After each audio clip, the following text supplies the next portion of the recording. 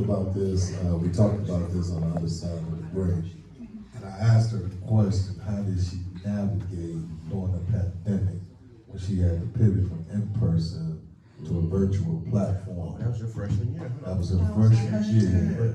And I want you to, I would like you to share your experience because some of our young people, that was a major challenge for them. And still have Absolutely. So can you speak to that?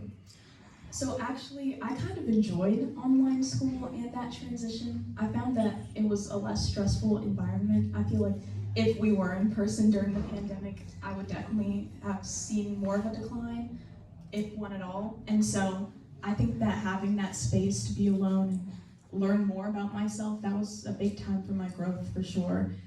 Getting to know who I am as a person, what I enjoy. That was my first year of high school, and that's when they say to explore what you want to do. So I doubled up on my science classes, and I took chemistry and biology together, really enjoyed that.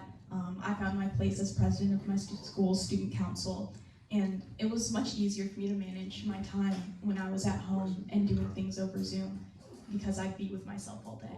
Wow. I enjoyed online school.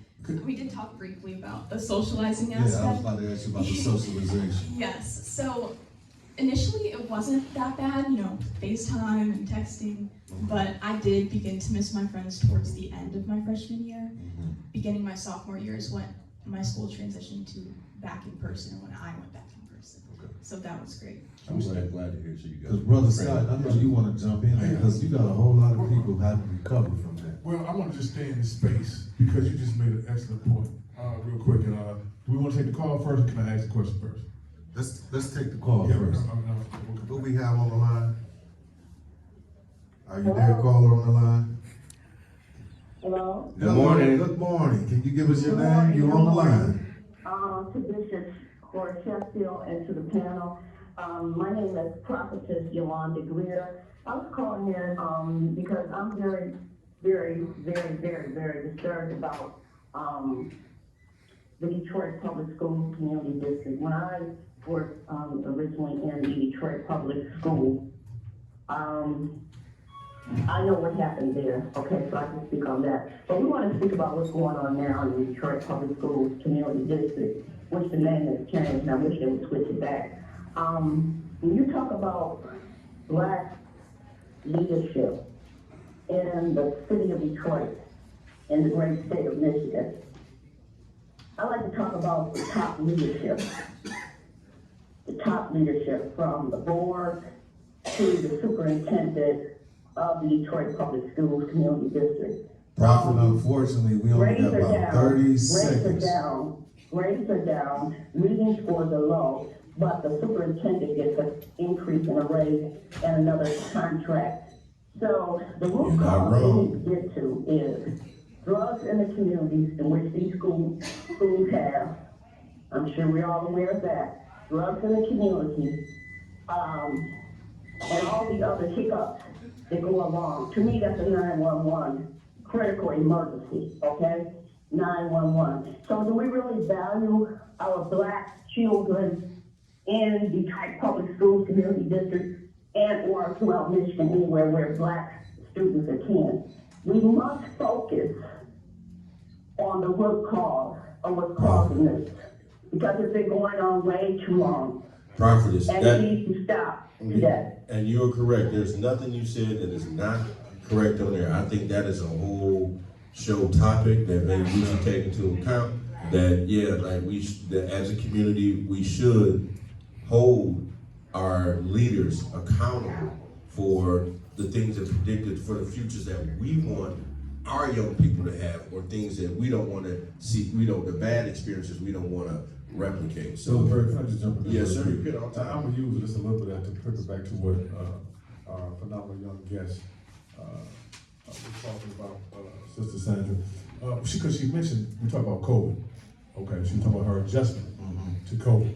And I did some training a while back, and I was enlightened when we talked about one thing COVID showed us or exposed us to was that the traditional classroom is defunct.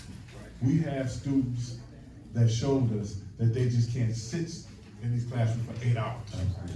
We can't keep doing the same thing. We can't keep thinking that they can do. Some students work better moving around. Some students function better when they can perform at their own pace.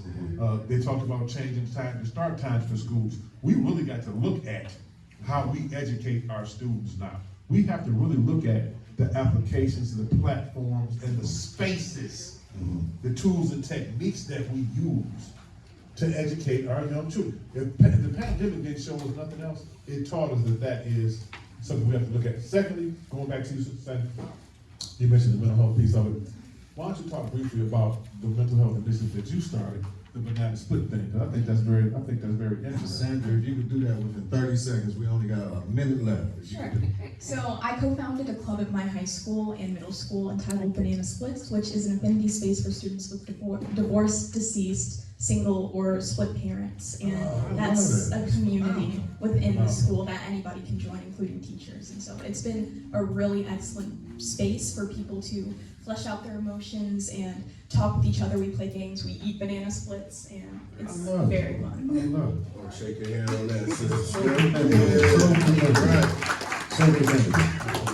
Once again, let's highlight this. Van Dyke suits giveaway, free suits, June the 7th. We give a boat ride. This is a pre-Father's Day gift on behalf of Dave Bow, Van Dyke, Praise Network, Detroit Public Schools. Please patronize, please support. On the eve of Memorial Day weekend, I pray everyone have a peaceful Yes, sir. Memorial Day. Be safe out there. We Be love you. safe. To all of my fallen veterans who have paid the way for Absolutely, yeah, absolutely. Thank you for your service. Thank you all. Love you, Detroit. Thank you. Love you, Detroit. It's a great show. See you next month. We're gonna keep tabs on you. Yes, sir. All right. Thank you so much. Thank you, Sandra. Phenomenal job. Thank you. Future attorney.